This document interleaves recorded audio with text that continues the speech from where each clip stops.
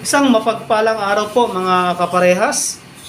Bumisita po tayo dito sa opisina ng ating ginagalang punong barangay na tunay na gumagawa at gagawa pa ng maraming kabutihan dito po sa ating barangay Santa Cruz sa bayan ng Hagonoy, Bulacan.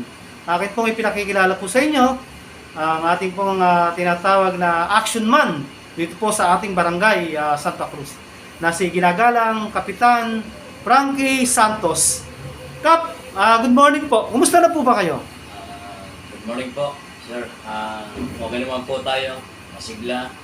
Maganda yung pamamalakad natin sa baryo, sa ating mga kababaryo. At ating sanggunian naman po ang lahat ay puro kasundo natin. Pagkabaw natin sa paglilingkod dito sa ating barangay. Kap, pwede po ba nating ikwento yung mga magaganda nating accomplishment para naman po malaman ng ating mga kabarangay na si Kapitan ay talagang umaaksyon? Muna po natin, nung tayo po ay tumatakbo, tayo po ay nangako na papagawa natin ang ating basketball court. At ito naman po ay nagkaroon ng katuparan. Meron na po tayong sariling laruan. At ito po ay nailapit natin sa ating gobernador, Daniel Fernando. At ito po ay natugunan.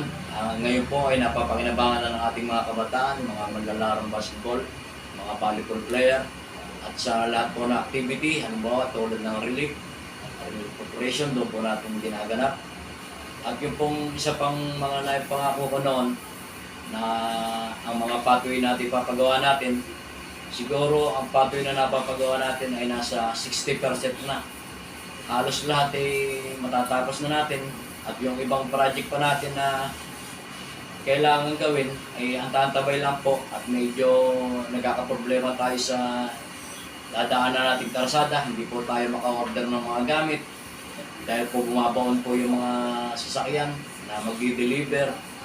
At ngayon po, meron po tayong hinihintay na AIP galing po sa ating munisipyo sa pangunguna po ng ating Mayor Charo C. Alvarado Mendoza, na ito po ay nagkakahalaga ng 60,000 at ito po ay in-order na natin ng 500 na hollow block, 100 na pieces na semento, 5 elf na buhangin, 5 elf na panambak, at medyo po kaya po hindi pa dumarating gawa nga po ng yung dadaanan ay ating pong problema, bumabaon po yung mga sasakyan.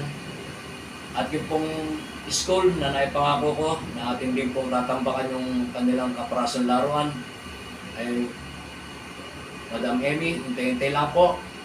At ito po ay nakabudget na rin.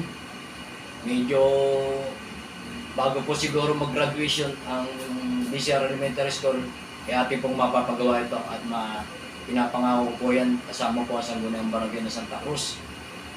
At yung po pinangako ko rin na tayo bibili ng service natin na rescue patrol. Ito po ay nagkaroon po ng katuparan at ito po ay ginagamit na pasalukuyan na nagagamit ng mga may sakit na ihahatid natin, susundo natin sa ospital.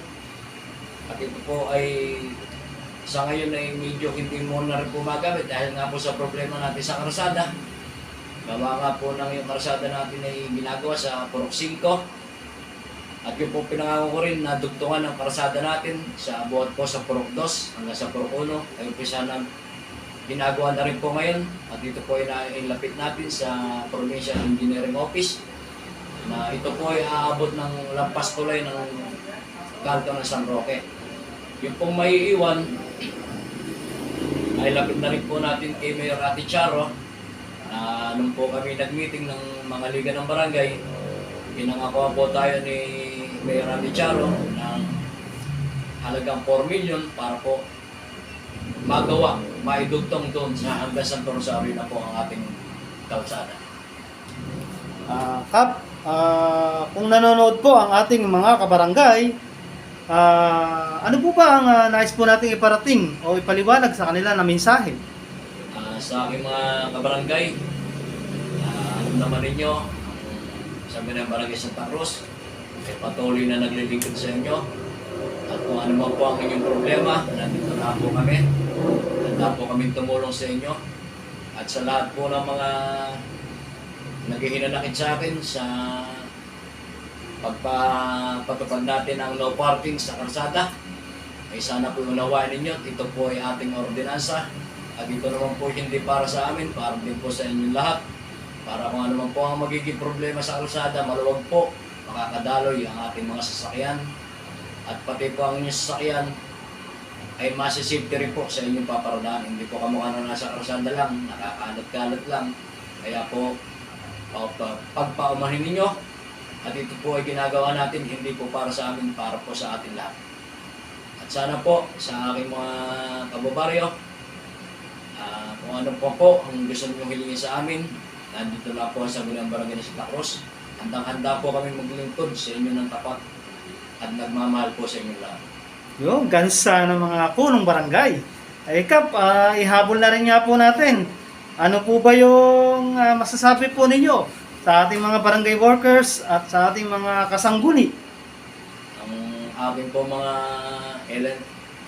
LNN po natin at ating mga mother leader at ating mga tanod sa panguna ng aming hepe na si Hepe Virgilio Perez.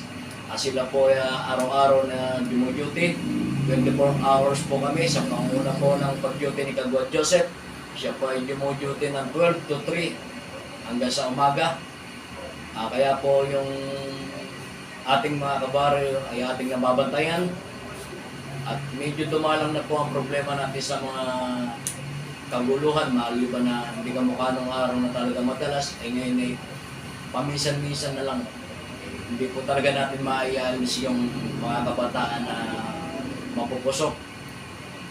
Lalo na, puro hindi naman taga rito yung Dumadayo. dumadayo lang sila ng basag ulo. At ang ating pong lugar ang napupwestuhan nila sa kanto ng San Roque. Doon po madalas magkaroon ng problema. Pero ngayon naman po ay may duty na rin po tayo doon. Nagpagawa tayo ng outpost. At buhat po noon, ay wala na rin pong dumadayo ng basag ulo dahil meron na rin pong nakabantay na barangay tanod doon po sa ating outpost. At sa ating mga nasa health center, sa pangunguna po ni Madam Mona at sa kanyang mga BHW, na araw-araw po ay talagang nagsisipag lingkod ng tapat sa ating barangay. At si Dr. Jenna, na madalas po niya pagpunta rito para po ma-check up ang ating mga kabarangay. At sa ating mga kagawad, sa pangunguna ni Kagawad Jeff, Kagawad Uchog, Kagawad Kaka, Kagawad Joseph, Kagawad Christy, Kagawad Lot, at Kagawad Tess.